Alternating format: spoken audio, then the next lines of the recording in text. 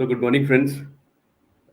Today I am interviewing Mr. Abhishek Kumar. He's a childhood friend of mine, and we belongs to same native place. Uh, Mr. Abhishek used to be in India for quite long time, and then he shifted to Singapore, and then presently he's based in Australia. So, we will be discussing his throughout the life journey and the experiences in different organizations so far he had. So, welcome to the stream, Abhishek. Thank you, Ankit. Can I call you Rahul? No? Yes, you can call me. For the benefit of viewers, I would like to tell that my nickname is Rahul, and since we are the childhood friends, so he's quite comfortable in telling me Rahul, so we will be like that only. On a So, lighter note, Rahul now doesn't know. so the very first question, what I asked to every person who joins the stream, that said 18 years of professional experience so far you have. Out of that, 5 years in India, and then rest of in overseas. So, कैसा रहा अभी तक overall suffer? I think I mean, it's been amazing experience that I had last 18 years professionally. Even if I look back 18 years back, probably that time I would not have predicted that this is what I would achieve or this is what I would do. So I think looking back, 18 saal piche, it's been an amazing journey, good journey. And that's where I think I can share some of the experiences today, which can be fruitful for young generation, young aspirants, students. They can learn from something and prepare accordingly. So in a nutshell, mein, 18 saal has been amazing for now. I'm looking forward for more in future. So, So if I start, yeah, sorry, you have any specific question? regarding your qualifications, if I see you had computer degrees, Yeah, and so yeah, qualification. So to be very honest, it's not that I had any fancy degree for any fancy institute. I was just a normal student after plus two. Was not sure what to do. Family wanted me to become a doctor. So like usual, we come from a family, middle class family, and we are based out of we have a family from Bihar. Then you have a pressure of either doing going into a medical line or engineering or UPSC, right? It's similar, I think you know that we all had that same, right? But I think, of course, my aspirations were a little different. So when I came out of Sonpur and reached Delhi, then of course we have wider access to resources, other avenues that you can explore, which then you learn and then you decide that okay, you can also do this, like IT के बारे में हाँ पता लेकिन उतना नहीं था when I came to Delhi and then you understand कि हाँ इसमें भी career बन सकता है interest भी है like computer was something I was fascinated about when I was in 10th and 12th as well. So when I came to Delhi, then I decided, no, this is something I want to do. Not I don't want to become a doctor I don't want to give UPSC and all that. So that's how then decided what to do. So the best option was okay. I enrolled myself in a bachelor's degree in computer application through IGNOU. That was the easiest option that I had available at that time. So I didn't want to waste time in preparing and giving some exams because I thought that was my personal decision. I wanted to do quickly something. so to the interest of viewers, I would like to let them know that Abhishek was one of the students who was not very privileged with all the kind of resources. So his priority was to get rid of all these education processes and all, but he was never a bad student. He was one of the best student I know in my team, and since he prioritized the study part, therefore you will not find that his background is with other good institutes and all. And the fact is that if you have this spark that I have to do something, you can do something. It means not that only the institution help you to grow. So Correct. you are the best example of that uh, with that spark that I will be doing something with certain and very limited privilege you had, you actually created a wonderful success, an example for every one of us. So As I recall, your first assignment was in India, and you were there for somewhere around 5 years. So, how was the experience with Indian House in India? So I think India, yeah, my first break was with an Indian um, IT company, IT service company. Then I also worked with a US based company later. So I was like, I spent 5 years working in India with two, three companies, both Indian and US based companies. The experience was really good because the first company really, when you join, whatever that company is, that gives you a lot of or a platform to learn, groom yourself. My first company really gave me an opportunity. I'm really thankful. To Gave me an opportunity to change your personality. A lot of training that you do initially when you are young, coming out of as a graduate, you join as a graduate engineer, right? So in that company, do invest a lot in your training, your personality development, skill development, and if you make use of that, you can really create a platform for yourself to go up the ladder, and that's what I did. So my first company, I really worked hard, learned a lot of things, and those skills or knowledge still with me. And that's something, one important point that I want to highlight for youngsters. Out of education, when you pick up a job, take it seriously, not just as a money making tool, but also skill development. Knowledge, gain the knowledge, skill development, how personality development. That's very important. So spend few years building that. Spend personality development and skill development, which is very important. Which will be always, because once you go up the ladder a bit, even you will be doing monotonous jobs, even in IT. So the scope for learning is there, but when you are young and doing it, it's more. So make use of that learning and add as many skills as you can. That's very important. So, 5 years in India and then shifting to Singapore. To an Indian, particularly from Bihar, how easy or challenging life becomes in an overseas It's a very country? interesting question. Yeah, and that's answer is amazing. I mean, as I said, even I had amazing 12 years of my schooling as well. I wanted to point that out. And when I came out of, and I owe a lot of my whatever I have achieved in my life, I owe to my school, because that that the seed was sown there, in that school, the environment that I got, the competition that I had, the teachers that I got. So I owe to them everything. So even after coming out of Sonpur, Delhi also gave me a platform to understand in a global manner what are the avenues that you have, what you can do. And then when I got my first stint out of India was Singapore. That was, I would say, initially I wanted to go US or some other country, but I landed in Singapore. And if I look back now, I say it was a blessing in disguise, because being in Singapore, there you are still connected to India, both geographically and culturally. Time zone wise, also just 2.5 hour of difference. So that was really good. That even if you were missing India, you were still connected. Just a call away. Time zone is not that different. Even if you want to go back, India is just flights are easily available. But other countries, you have a bit of challenge even traveling if you want to travel back to it. So that way, Singapore was really good. Felt like home. Yeah, initially, whenever you move to a new country, it takes time to adjust. So थोड़ा time लगा adjust करने में.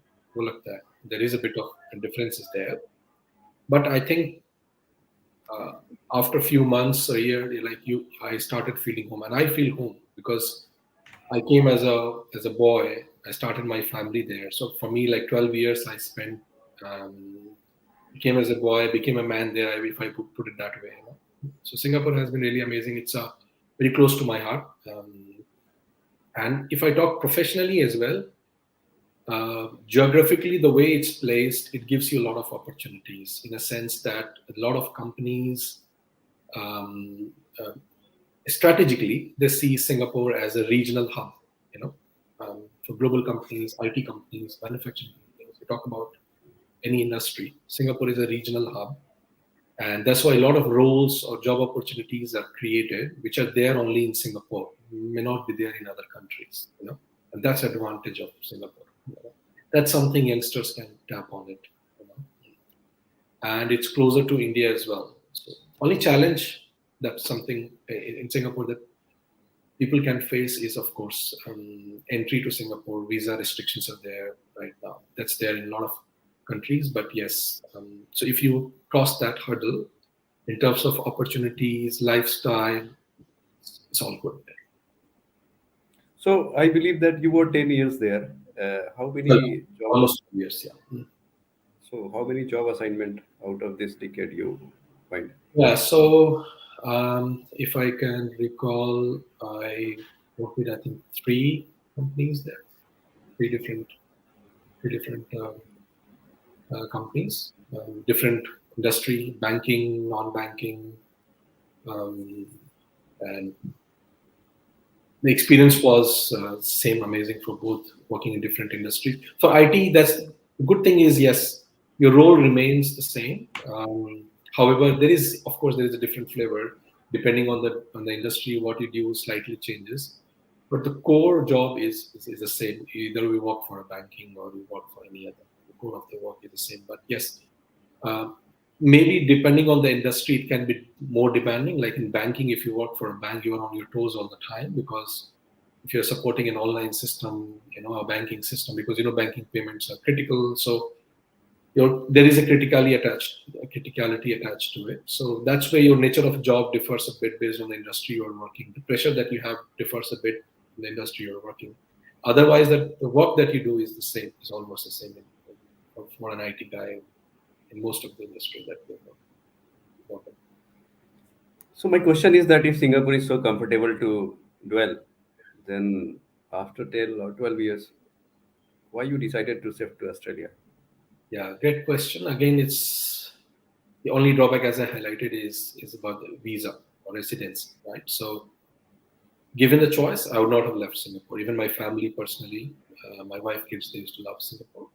So we would not. We never wanted to leave Singapore. Yeah, unfortunately, we didn't have. Even after spending 12 years, we could not get a permanent residency, and that was the reason that you started thinking, what's next? Otherwise, you always have, like if you're working as a foreigner, you always think about some stability. So stability was the main factor that you look for. What's the next?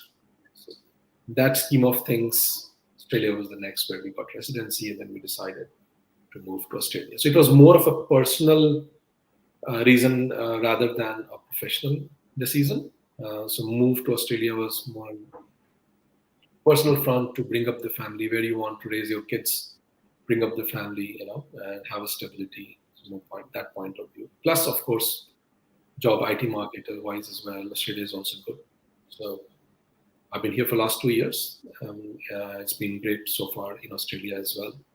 There are differences, but yes, overall it's good here as well. So, to answer your question, that's the reason why we moved from Singapore to Australia. So, to youngsters, if I ask, what are the job opportunities you see that if those opportunities they could catch, they can get settled well in Singapore, and those opportunities they can grab in Singapore? Like, what are the field you feel like that? So again, this is a very good question given the current prevailing situation that we have. What I see now, being in the industry for 18 years and having worked in different industries and different roles in now 3 countries, um, the IT, wherever you are working, right, and which company, it's all connected. So IT is basically global in nature. Even like we work in Australia, we work with teams across the world. India is one of the key, not just a market, but in terms of delivery center. A lot of companies have delivery center out of India, Singapore. So there are some key strategic locations across the world where you have IT hubs. So when you are working, irrespective of you're working in Europe, Australia, wherever, you're all connected. Now, currently, what's happening is there is a scarcity of skilled resource across the globe. And if it is impacting one country, it's actually impacting everyone globally, because people, so an IT support in Australia or probably any other country may not be just coming from locally, maybe coming from India or somewhere in Europe. or somewhere in Africa. You know, Mhm. so if there is a skill resource, say for example in India, then it impacts not just India but across the globe. So that's where I want to highlight that young people who are currently doing study or about to complete their study and start their professional journey, I want to say that there is a lot of opportunities waiting for you. What you need to do is decide what you want to do. Especially in IT, I would say it's a perfect time to start your career because there are a lot of opportunities in IT. Especially after COVID, my understanding is there are more jobs in IT. Mhm. For obvious reasons, because everything is there is a more pressure on IT, more expectation from IT, and that's why there is more jobs in IT as well. And the youngsters has to tap that opportunity. So it's a really good time. If you have to pick up a skill in IT and find a job, you will be able to find a job easily. That's my take. Um, so youngsters, I think it would be perfect time for youngsters to get a job. If they think that there are not enough job, unemployment, we see all. I mean, every day we see in the news a lot of negative news about unemployment and this and that. It's there. It's not that it's not true, but having, I mean, I can give inside view is that the fact of the matter is there is a lot of scarcity of skill resource everywhere. You're not able to find people who can do job. Mhm. So if a youngster is there to if he's there, if he thinks that there is no enough job in market, that's wrong. There is enough job. It's a matter of having that skill. Yeah, probably what is not there in the market is the right skill. So you have to be there at the right time, uh, and then you will be able to get crack a job. So, is it possible, like, if a candidate has not got the chance in campus to get selected from a overseas company, can he directly get shifted to Singapore and look for job opportunities? Yeah, again, can why not? But I think my personal advice is, and also being pragmatic, right? It's good to have some experience back home in India because when you go out to look for opportunities out, they look for experience. Unless you have studied out, like for in Australia, a lot of people come as a student. I came, I had a lateral injury, right? So I came from Singapore as an experienced professional. But a lot of people come here as a student, and when you come here as a student, then you already get to the market and you can make inroads. You can get job because you're already stationed here. You have local education, you get local contacts, you get local exposure, right? Um, but if you are not, you don't have educational background in the country that you're trying to move, then the good thing is the best thing to do is get some experience and then you have to move. Then you make that move will be easier. Otherwise, it will be tough to crack a job as a fresher outside. Given also the visa restrictions and other complications, I can't talk about because it's more for governments. These are government policies, and we can't talk about much, right? But just advise, given the current scenario that we have, there is still a lot of visa restrictions after COVID. So it makes sense for a youngster to build some skill back home, gain some experience, and then find ways to migrate to whatever country you want to and look for the skill and in which area that you want to move. Yeah. That would be my personal advice. That's how I did it. I spent 5 years in India first before I moved to Singapore. Two countries, one Singapore, probably had the most heaviest restrictions in COVID era. Then Australia again had very high level of restrictions. And you shifted from Singapore to Australia in that COVID era. Yeah, So in the middle how of pandemic. challenging it was. It was, I think, to me, and that's why I mean, sometimes you feel blessed. Whatever has happened, it was a blessing in disguise for me. That during the COVID, I got opportunity to move from Singapore to Australia. It was both good and a bad. Bad in the sense, yes, it was challenging, like traveling, and there was a risk whether you will be able, whether flights will be going or not. So there were a lot of other challenges which is beyond your control. You know, even when I got the offer, when I was supposed to move, I was not sure which day I'll get the flight, whether I'll be able to make on time and join. So those challenges were there, and also the risk, the health risk that you had, whether you get infected, all those things. Those challenges were there, but professionally it was good because due to COVID, everything, even interviews were happening online. That worked in my favor, because in Australia, that one of the challenges that you face if you're trying to make a lateral entry as a professional experienced professional, is that you have to be here to find a job. It's tough to find a job from outside. But due to COVID, I started getting interview calls. I had the experience, I had the skill. It was just a matter of getting an opportunity. So I started getting calls, and then that one of those, it just turned out in my favor, and I got the opportunity that I wanted. So that way, COVID played a positive role in my move from Singapore to Sydney. So I believe that this was the first time you've been to Australia. So I've how been different? to Australia, as a visitor, but yeah, this is the first time I'm living for the last 2 years. Now we are kind of resident here. But yeah, I've been there like a couple of times. I've been to Australia earlier on a business trip as well. With one of the companies I was working back in Singapore. So I knew about Australia, market, people. So I had a good understanding about Australia. That's the reason it was an informed decision or deliberate decision to move to Australia when we were not getting a permanent residency back in Singapore. So how tough and challenging it was for the family side to get settled from a country Family to it was different. tough. Yeah, family it was tough. Can't talk about a lot of things here, but yes, for them it was tough given the COVID scenario to move them and also change for them because kids. My elder daughter was already going to a school. She was settled. My wife had a job in Singapore. She was settled there. So you have to start from scratch, not for just for them, for even for me professionally, because after spending 12 years in Singapore, you achieve a certain level, right, in your professional career, and then when you're trying to move, you won't get the same level in a new country.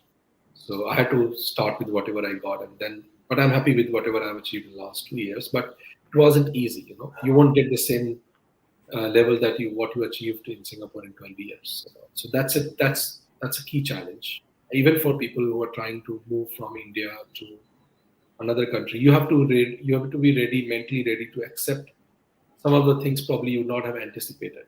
But you have to make a move. You have to start somewhere. So never get afraid of starting. If you get an opportunity, just grab it. But keep your goal in mind that where you have to, what you have to achieve, where you want to be there. But just don't stick to that. You will only do it if you get this. That probably that's the attitude I never had in my life. I accepted the life, as it came, both personally and professionally, and that worked out well. And that's would be one piece of advice that I would like to give to youngsters. Take the life as it comes. So which country is more conducive to live? Singapore, I would say amazing because it's a small country, cozy, safe, one of the best infrastructure. Because I've traveled around the world as well a bit. I haven't been to US, but I've been to Europe as well. Compare if you see infrastructure, it's one of the best infrastructure that you have in Singapore. Singapore. And being an Asian country, it's something that we can be proud of. That Singapore has one of the best infrastructure. Compared to Western countries as well, I'm talking about. Safety-wise, amazing. There's no issues in Singapore. It's an amazing country to live, bring up family, but only challenge is their residency. If you have residency, you do not have left Singapore. But Australia is equally good. We are enjoying. My family is enjoying that because Australia, in some ways, like India, in a sense, it's bigger, it's vast. You have to travel a bit. Like you in Delhi, we go to like from Noida to Gurgaon. So here you live in suburbs. You go to city to work, so you have to catch a train. All those things. So it's more it's like a natural life that you have. Singapore, you can say you are a bit spoiled in the sense that infrastructure is so good, amazing. You don't feel the pain. So here in Australia, you have to basically run a bit, in traveling, going to office. Though due to COVID, it's a hybrid model now, so it's good that most of the time you're working from home. So that way it's good. But once it opens up, then if you have to go to office, then you'll have to travel a bit like we do in India. That way there is a similarity between India and Australia. But otherwise, it's good. Yeah, I mean, lifestyle-wise in Australia, there are a lot of things to do. It's more natural, for even for kids. It's natural upbringing, like you're close to nature, close to. The focus is not on theory but practical. So that way they bring up kids here, which is amazing about Australia. And it's a big country, so a lot of things to explore. Which we just 2 years and we were in lockdown also, so we haven't myself explored a lot. We're still exploring.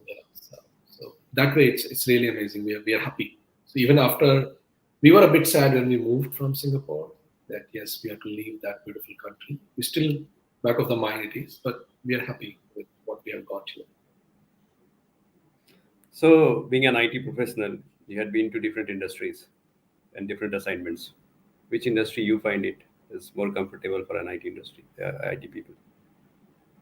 So as I mentioned earlier, for an IT guy, the industry doesn't matter much. Only thing matters is, or the difference would be, is the kind of pressure you get.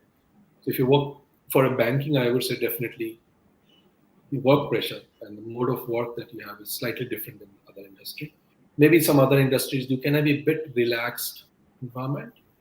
In banking and some other critical, if you're working for, like for even supply chain, if you're working, essential services, that what we call. Like as in during COVID, I was working for here in one of the companies that's part of the essential services. So if you're working in essential services, which is important for people's day-to-day life, then you are on your toes. So if anything happens, especially if you're on the support side of an IT, you have development and support side of it, or service management side of it. Then you can have challenging in a sense that yes, you will have to manage and react to the situation. It can be a kind of high pressure situation sometimes. So yeah, it depends, and but again, it gives you. It can be high paying as well. So it goes hand in hand. If you are doing a more critical job, then you are paid as well, equally good. So that way in IT, it depends. That's your choice. That what you want to do. Nowadays, I think if I talk about salaries or remuneration, it's just going up everywhere. I think I understand now, even in India, people are really getting handsome salary, which was not the case when we started. But still, we feel that whatever we got was really decent given that time. But nowadays, I think it's just humongous amount of salary that people are getting, which is great in India. So if you want to make a career out in IT, I think it's really amazing time actually. I see youngsters pick up a skill, get some right education, and go into the market. You'll find something. So, Abhishek, we came to the moment where I ask my final question to every guest, and even to you. I'm just putting that if given a chance to reframe your life, what is that one thing you would like to tell, and what is that one thing you'd like to add to make it even more beautiful? Delete nothing, because I think, as I said, I'm happy with how the life has turned out so far. Yes, you have ups and downs in life. Everyone has. Some of the things probably everyone would have some part of life that probably you thought was not great.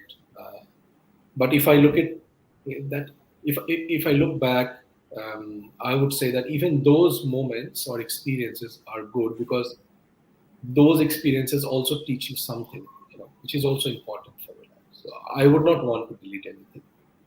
Every experience is good. That makes you a better person.